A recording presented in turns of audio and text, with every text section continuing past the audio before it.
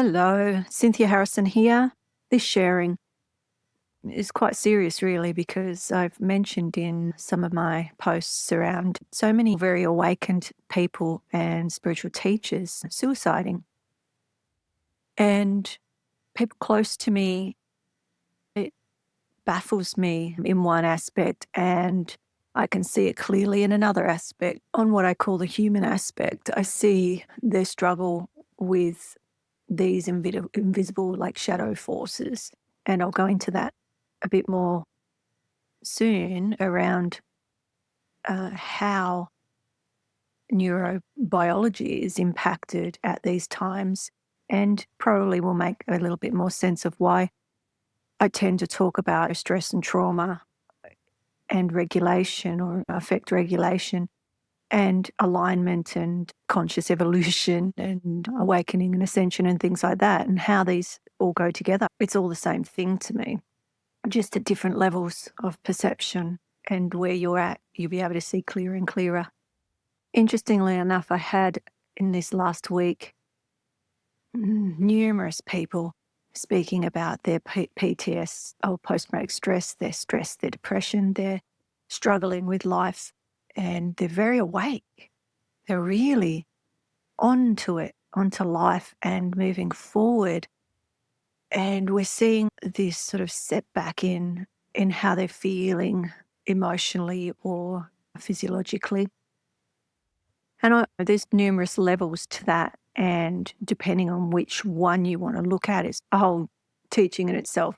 So I'm just going to bring bits and pieces together that might be interesting to those that are experiencing some of this or have loved ones and people around them that you're seeing their behaviour or their body being impacted.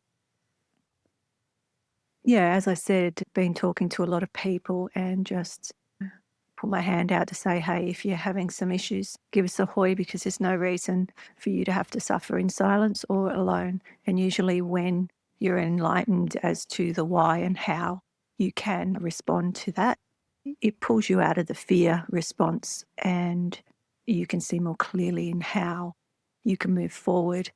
It's about taking and empowering yourself with the knowledge and of how to shift your experience. Funnily enough, while I was writing up some PowerPoints last night, Lucy was on the TV. And I don't watch TV very much, but I was obviously meant to see that. And I've seen it before on a plane. But this time, what came up this morning was how they were talking about sharing and what it is to be human and to raise in that frequency or experience of brain capacity, and what we do with all that information. And what it stood out for me was that as cells, we want to pass on that data, that information. And I suppose that's what I'm doing with you and with my Facebook, my sites, courses, my groups, whatnot. I'm simply just sharing. Now, this information that I'm going to share, or I have been sharing, has baffled me for many years, most of my life, in fact. And I realised probably 10 years ago that my dad was a magnetics or electrical engineer, but a magnetics specialist, and went around the world in the 60s teaching on, which is magnetics. And we say Gauss and Hertz, those sorts of energies. And it was in relation to really hardcore scientific information. But when I look at what I do today and how I do it and what my gifts are, and it's around similar things, but bringing it in towards human systems and the cells. And listening to Lucy last night, I realised this morning that my father was passing down his information through his genetics to me and why I knew what I knew and how I knew it when I left school. I didn't do science. I still haven't done science as such.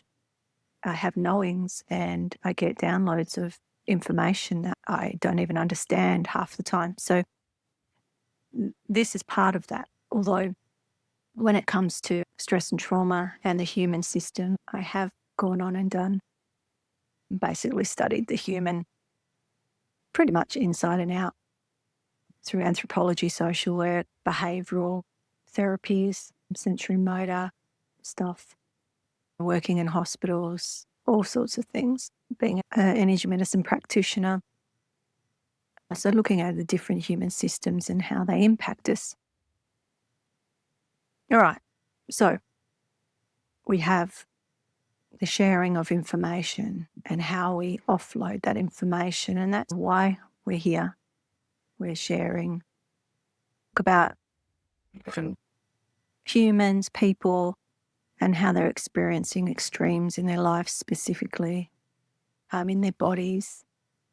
And I hear from people on a daily basis struggling to navigate the maze of their journey. And I woke to be reminded that information I receive, I can take for granted, and it's just my world. It's the way I am. And what I hear, see, sense, know, and feel is not necessarily what other people do. So a connection last night with a friend reminded me that most don't hear how I hear, and that sharing occasionally can be helpful to many. So here I am sharing. So the moon is doing its thing in a powerful way. I don't really follow the cycles as such, but I hear them. So we have a full moon coming up, which impacts, as most of us know, impacts many people. And before I go into that, I want to just say that the last few months, the earth has been screaming more than ever before, this high frequency tone or tones, it's numerous tones. I used to share regularly about this, and my students know a lot about the sounds of the spheres and what I hear, and how I used to basically give them an update regularly on what energies are coming in and how strong they are and what they can expect in their physical and their emotional bodies, and, what they can do about it. But as humans, I figured you got the idea, but as humans we forget. So we're habitual mammals, and unless we reinforce or we're reminded, we don't recall such things, and without prompts or repetition, we just move on, we forget. So I thought it was about time that I shared, purely because there's so many struggling, and I just want people to take action and take care of themselves and others. And there's so much that you can do. Don't just sit back, because there's no need for you to struggle, okay? The sounds of the atmosphere, or the sounds of the spheres, the music of the spheres, especially the magnetosphere, sing to me like a radio, the most beautiful tones. I call them that music. And why is it important? Our systems are changed by those tones and frequencies, and most can't hear them, but it doesn't mean it isn't there and affecting your physical systems. The electromagnetic field is linked to that extrasensory perception. So magnetic fields modulate around the same frequency and has been shown to change behaviour in monkeys. But I'm telling you, I see it as I hear it, and then I watch around me and I see it, and I hear people and see the patterns of their struggle in life. And it is, I can't say always, but generally there's a correlation to these shifts. And this pricks my ears in regard to the evolution of our nervous system. We've got these pole shifts that happen so slowly that living things may well adapt okay. But experiments with artificial very low fields show vibrational rates near normal, but slightly above, back in the 70s and 80s from around 30 to 100 hertz, caused damage, caused a dramatic change in cells. That, in particular, the cell cycle time, it interferes with normal growth.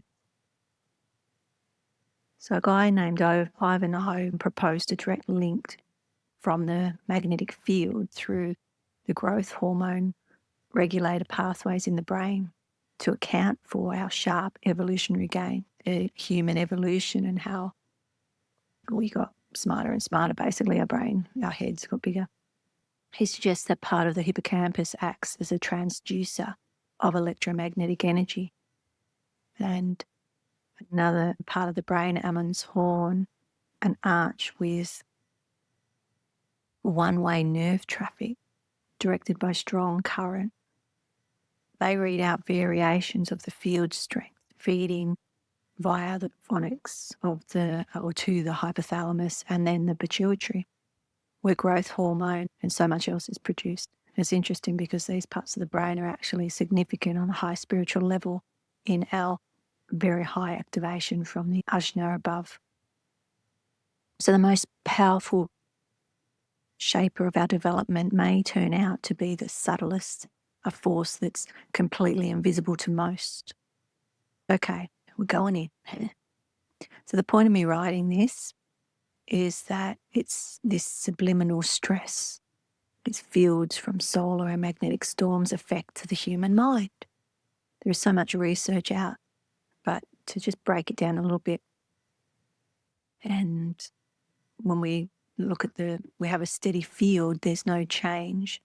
So a steady field, no change. But if it's pulsed, then we see shifts in people's response rates. They slow down. So a pulsed field can slow some people's response rates down. So there's a Russian scientist, he worked with rabbits and administered magnetic fields of 100 to 200 Gauss and found areas of cell death in their brain. So ultimately, it's been found and supports my experience of what I see, feel, sense, and know. The fields are causing a generalized stress reaction marked by large amounts of cortisol in the blood. And this is the prolonged response in our stress systems, or our systems to stress, and not the immediate threat to life, the fight-flight response generated by the adrenaline. So you got the cortisol response and the adrenal response.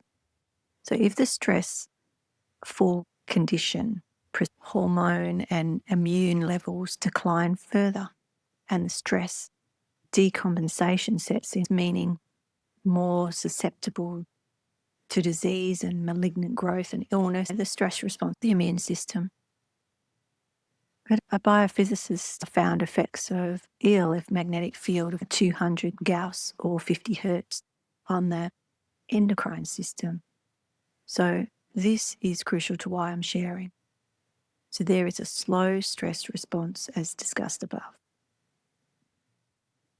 But it was found that the fast flight or flight hormone entering on adrenal or adrenaline from the adrenal medulla, this response triggered in rats in just one day.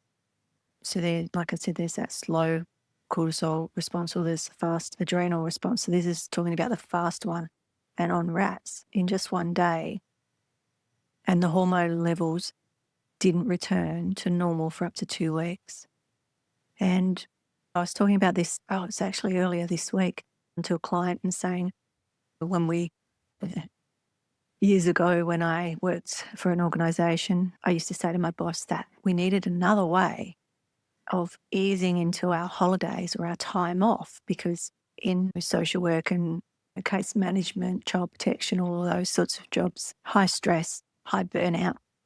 So when people would have their holidays, they got sick.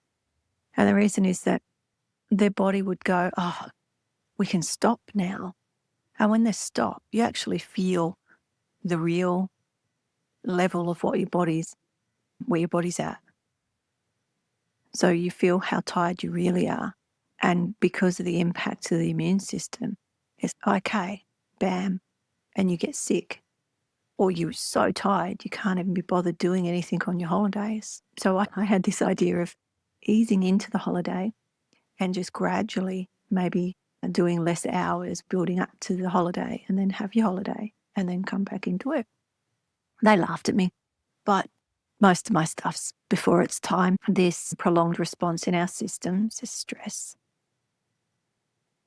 and not the immediate threat to life. The response of fight, flight, freeze, or flight and fight is generated by the adrenaline.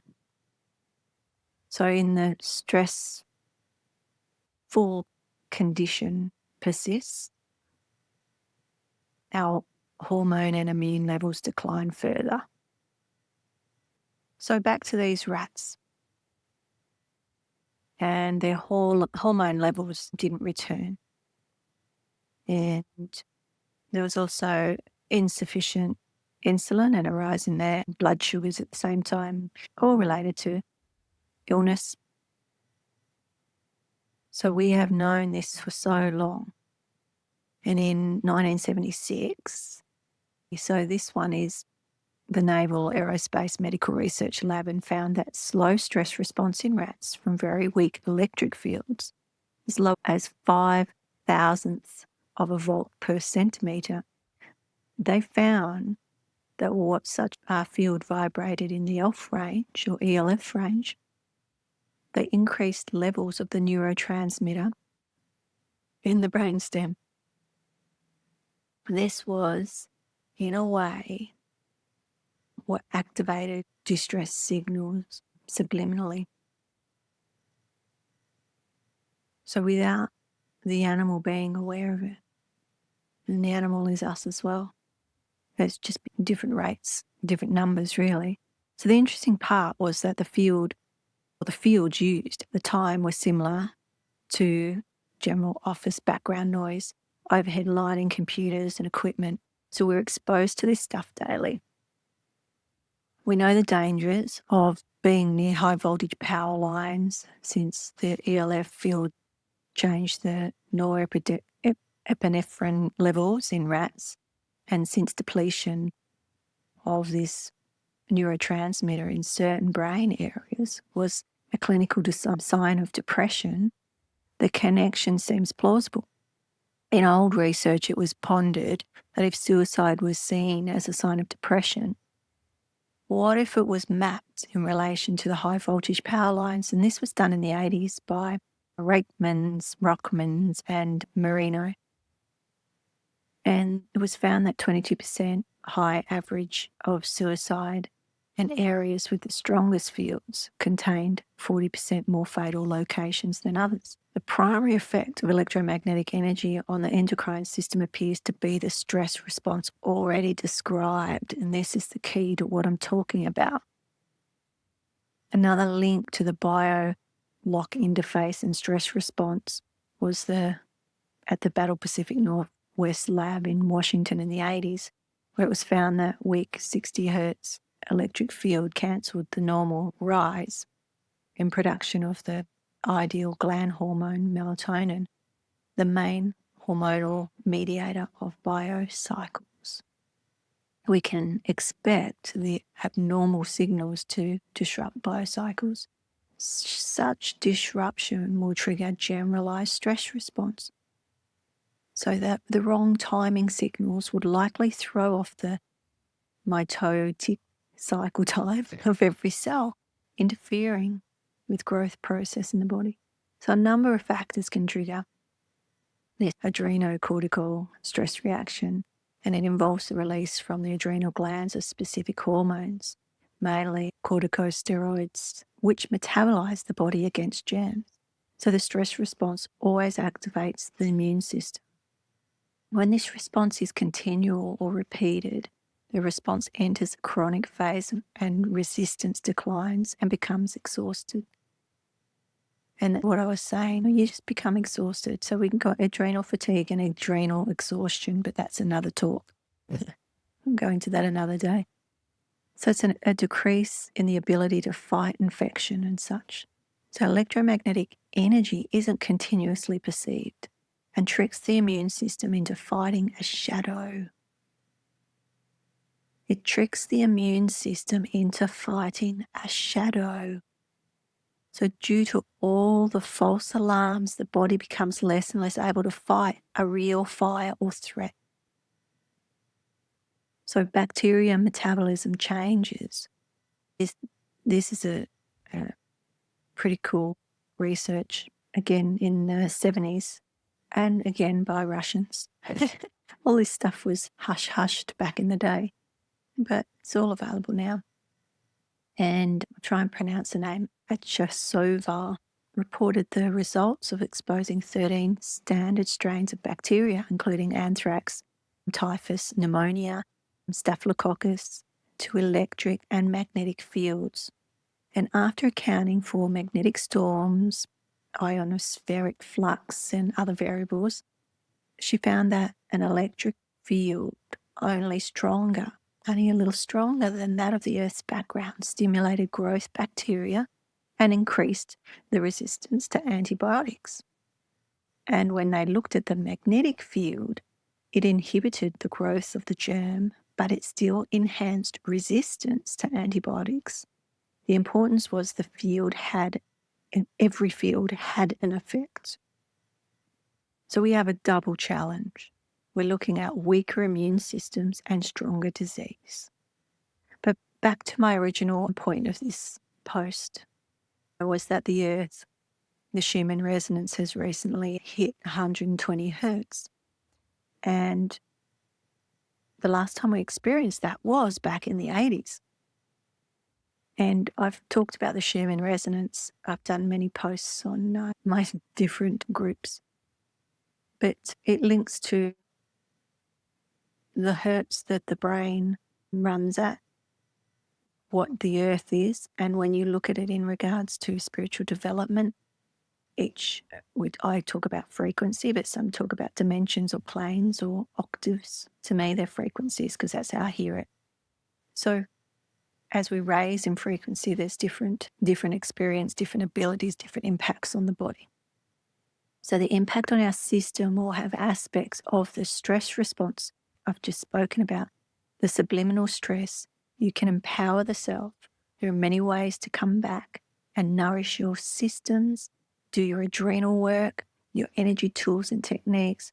All I share has a positive impact on neurobiology and this stress response, as well as bringing in the body and looking after the physical incarnation. I just want all of you to take care of yourselves and those around you more than ever. Many will see those around us fighting the invisible threat. Pay attention. See how you rise and fall in your own emotions and behaviors, the patterns in your health. I can tell you the flux and flow is a part of this dualistic life and being human. However, I can also see how humans respond to the sounds of the spheres. These are beautiful. And then there's the sounds of the electropollution in our fields and our daily lives, and these impact us. And when we get these high bursts from galactic change mixed with moon time and our own disrupted rhythms, they're bound to be some heightened emotions and behaviors. Okay, the gist of it is that at this point in human evolution and Earth's evolution, we are going through stages that we have never been through before. These are these rates of frequency, whether it's very low frequencies, ELFs, whether we want to call it Hertz or Gauss, it doesn't matter. The point is that it's there. I can hear it. It surges. And these researchers have way back reported on the significance of when these fields are pulsed. When they're fixed, it's not such an issue, but when they pulse. And it does go on to how it impacts our health. So I just wanted you to know that there's a lot going on, and we've never been in this time before, and we've never experienced these energies before at this rate. And so our physical body is going to be challenged. And if you're on the spiritual journey, your physical body is going to be challenged even more, because you're pushing frequency of your own organism higher and higher. Pay attention to that, because there's spiritual development and growth. But if you haven't, or you don't have a solid base foundation, and your physical body is struggling and you keep pushing, you will get to a point where you won't be able to move forward anymore. You'll either be knocked by what I say, you get knocked by the father energy for not listening, or you leave because your physical body can't contain what you're trying to do. So my work is specifically around making sure you're raising in your energy fields and all of the energy systems, the body's energy systems, and your physical body, which you're incarnated into, your vehicle, is looked after and maintained and polished and cared for to be able to continue you on your journey. So I'll leave it at that.